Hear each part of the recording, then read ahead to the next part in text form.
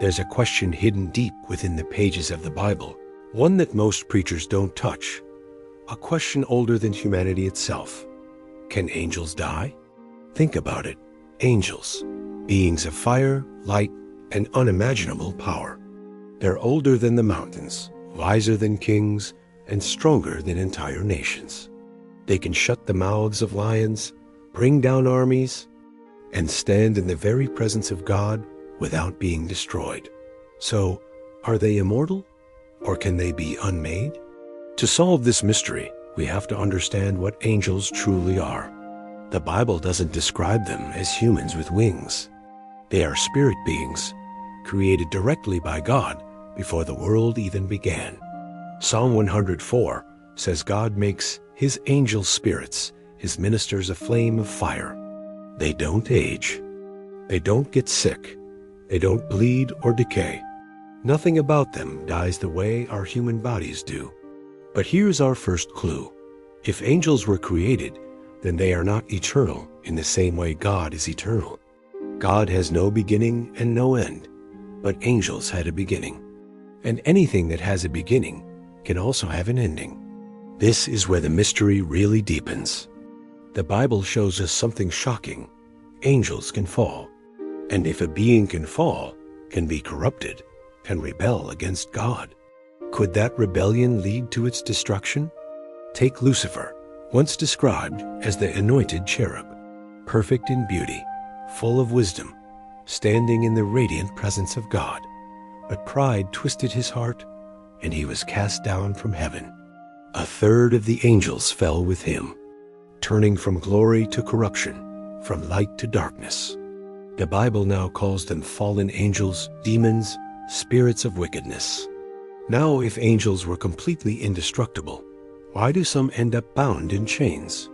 Why does Scripture describe certain fallen angels as being locked in darkness, awaiting judgment? That one word, judgment, tells us something crucial. Judgment isn't for immortal beings who can't be touched. Judgment is for beings who are facing an end. The New Testament reveals even more. The Apostle Peter writes that God didn't spare the angels who sinned. Jude says that rebellious angels are being held for the great day of judgment. This isn't just symbolic language. Something real and final is waiting for them. Then we come to the most frightening passage of all in the book of Revelation. It describes a place created specifically for the devil and his angels, the lake of fire.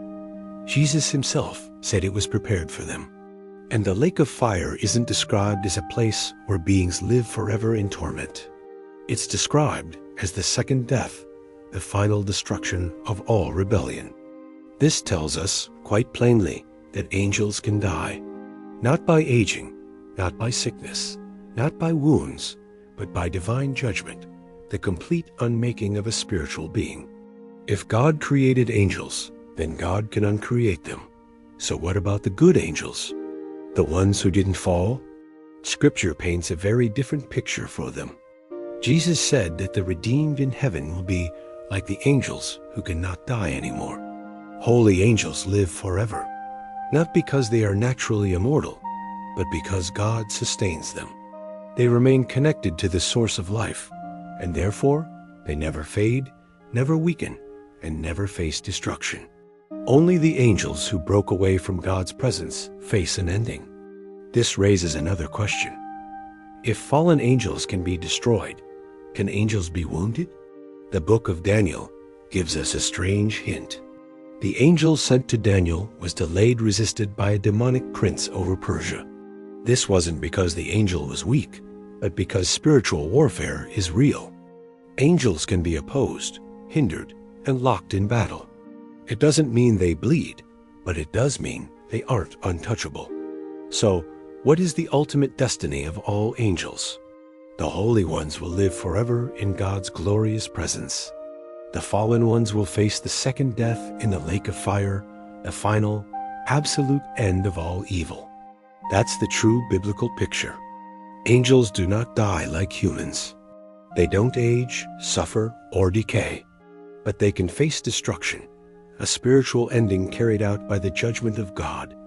Here is the full answer. Holy angels cannot die because God sustains their life forever. Fallen angels will die, not by natural causes, but by divine justice. The closer a being is to God, the more life it has. The further it runs from God, the closer it comes to death. The story of angels is the story of creation itself. Stay with the Creator, and you live. Turn from the Creator, and eventually, everything ends. Thanks for watching. If you found this exploration interesting, make sure to subscribe for more deep dives into biblical mysteries.